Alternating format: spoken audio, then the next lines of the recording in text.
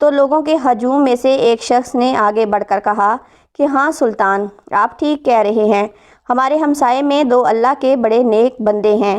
وہ اپنے گھر سے باہر نہیں نکلتے، نہ کسی سے کوئی مطلب رکھتے ہیں، صرف نماز پڑھنے کے لیے مسجد نبوی میں آتے ہیں اور پھر اپنے گھر میں ہر وقت اللہ تعالیٰ کی تسبیح پڑھا کرتے ہیں۔ وہ دونوں بڑے نیک شخص ہیں، ہم لوگوں کی بہت مدد کرتے ہیں اور خوب صدقہ و خیرات کرتے ہیں۔ وہ انعام لینے نہیں آئے ہیں۔ سلطان نے کہا کہ میں ان سے ملنا چاہتا ہوں۔ لوگوں نے کہا سلطان آپ ان سے مل کر کیا کریں گے؟ وہ دونوں تو بیچارے دنیا سے الگ تھلگ اپنی عبادتوں میں لگے رہتے ہیں، دنیا داری سے انہیں کوئی مطلب، کوئی سروکار نہیں ہے۔ سلطان نے کہا کہ مجھے ان دونوں پر شک ہے کہ وہ دونوں تم سبھی کو دھوکہ دے رہے ہیں اور نیک ہونے کا صرف ڈھونگ رچا رہے ہیں اور تم لوگوں کی آنکھوں میں دھول جھونک رہے ہیں۔ لوگوں نے کہا سلطان ہمارے نیک لوگوں کے بارے میں ایسی باتیں نہ کریں، وہ بہت اچھے لوگ ہیں، ہم ان کے خلاف کوئی بدتمیزی برداشت نہیں کریں گے۔ سلطان نور الدین زنگی نے جب دیکھا کہ لوگ مخالفت پر آ سکتے ہیں تو انہوں نے مدینہ کے حاکم کو اپنے پاس بلایا اور انہیں سارا قصہ سنا دیا کہ خواب میں مجھے نبی پاک صلی اللہ علیہ وآلہ وسلم نے ایسی ایسی باتیں بتائی ہیں، اس لیے میں ان دونوں آدمیوں سے ملنا چاہتا ہوں۔ حاکم نے کہا کہ سلطان تم پریشان نہ ہو، میں اس کا انتظام کرواتا ہوں اور جو بھی مخالفت کرنے کے لیے سامنے آئے گا اسے سخت سے سخت سزا دی جائے گی۔ اور پھر سلطان نور الدین زنگی مدینہ کے حاکم کے ساتھ ان دونوں آدمیوں کے گھر پہنچے۔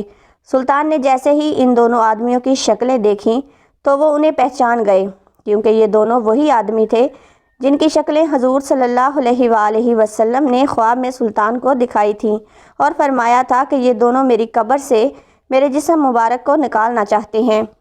سلطان نے ان دونوں سے ساری باتیں پوچھی تو انہوں نے صاف انکار کر دیا کہ ہم تو حضور صلی اللہ علیہ وآلہ وسلم سے بہت زیادہ محبت کرتے ہیں، اسی لیے تو ہم اپنا شہر چھوڑ کر مدینہ میں آ کر رہنے لگے، ہم ایسا گھٹیا کام کیوں کریں گے؟ سلطان نے کہا کہ تم سچ سچ بتا دو ورنہ میں تمہیں بہت کڑی سزا دوں گا۔ ان لوگوں نے کہا کہ اے سلطان ہم بالکل بے گناہ ہیں، تمہیں جو کرنا ہے کر سکتے ہو۔ پھر سلطان نے فوجیوں کو حکم دیا کہ ان کے گھر کا چپا چپا چھان مارو اور ہر چیز ہٹا کر دیکھو کہ کیا کہیں کوئی سرنگ کا نشان تو نہیں ملتا۔ فوجیوں نے پورا گھر تلاش کیا لیکن کہیں سراغ نہ ملا۔ سلطان نے خود اندر جا کر ایک ایک چیز ہٹا کر دیکھی لیکن کہیں کوئی نشان نہ ملا۔ اب تو لوگوں نے بھی کہنا شروع کر دیا کہ اے سلطان یہ تمہاری غلط فہمی ہے، تم ہمارے نیک بندوں کو کیوں پریشان کر رہے ہو؟ مدینہ کے حاکم نے بھی سلطان سے خاموشی سے کہا کہ سلطان مجھے بھی یہی لگتا ہے کہ آپ سے کوئی غلط فہمی ہو گئی ہے، بہتر ہوگا کہ آپ ان دونوں کو چھوڑ دیں ورنہ لوگوں کی مخالفت بڑھ سکتی ہے۔ سلطان نور الدین زنگی بہت زیادہ پریشان ہو گئے۔ اس کمرے میں ایک مصلی بچھا ہوا تھا۔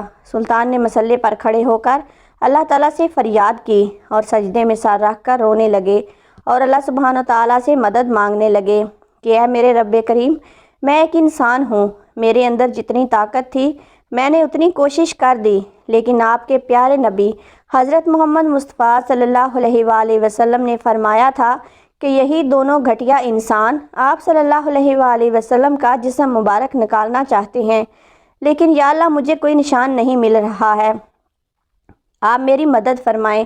سلطان رو رو کر اللہ تعالیٰ سے دعائیں کر رہے تھے اور مدد مانگ رہے تھے کہ تبھی اللہ رب العزت کی طرف سے سلطان کے دل میں یہ بات ڈالی گئی کہ اے سلطان، تم نے ان دونوں کے کمرے میں ہر چیز ہٹا کر دیکھ لی ہے، ہر طرح کی تلاشی لے لی ہے، لیکن ذرا یہ مصلی بھی ہٹا کر دیکھو جس پر بیٹھے تم مجھ سے دعا مانگ رہے ہو۔ سلطان جلدی سے اٹھا اور مصلی ہٹا کر دیکھا تو نیچے لکڑی کا ایک پڑا بچھا ہوا تھا۔ سلطان نے فوجیوں کو حکم دیا کہ یہ پڑا ہٹاؤ۔ جیسے ہی اس پڑے کو ہٹایا گیا تو نیچے ایک سرنگ بنی ہوئی تھی۔ سلطان نے ایک فوجی سے کہا کہ جا کر دیکھو کہ یہ سرنگ کس طرف جاتی ہے۔ فوجی نے اندر جا کر دیکھا تو وہ سرنگ نبی پاک صلی اللہ علیہ وآلہ وسلم کی قبر کے پاس تک پہنچ چکی تھی اور حضرت عمر رضی اللہ تعالیٰ عنہ کا انگوٹھا نظر آنے لگا تھا۔ فوجی نے واپس آ کر سلطان کو یہ ساری حقیقت بتائی تو سلطان نے ان دونوں عیسائیوں کو گرفتار کروا کر اپنے سامنے پیش کیا اور پھر ان سے پوچھا کہ اب تم سچ سچ بتا دو ورنہ میں تمہاری گردنیں اڑا دوں گا۔ ان دونوں نے جواب دیا کہ اے سلطان، ہمیں عیسائیوں کی طرف سے یہاں مدینہ بھیجا گیا ہے تاکہ ہم مسلمانوں کے نبی کا جسم نکال کر انہیں دے سکیں اور اس کے بدلے میں ہمیں بہت سارا انعام دیا جائے گا۔ اس لیے ہم دونوں نے اپنا حلیہ بدلا اور اللہ کے نیک بندوں کی شکل بنا کر مدینے میں آ کر رہنے لگے۔ خود پر لوگوں کا بھروسہ بڑھانے کے لیے ہم لوگوں میں صدقہ و خیرات کرتے تاکہ کسی کو ہم پر شک نہ ہو سکے۔ جب سبھی لوگ رات کو سو جاتے ہیں تو ہم دونوں اس رنگ کو کھودتے ہیں اور اس کی مٹی باہر قبرستان میں قبروں کے اوپر ڈال کر آتے ہیں تاکہ کسی کو پتہ بھی نہ چلے۔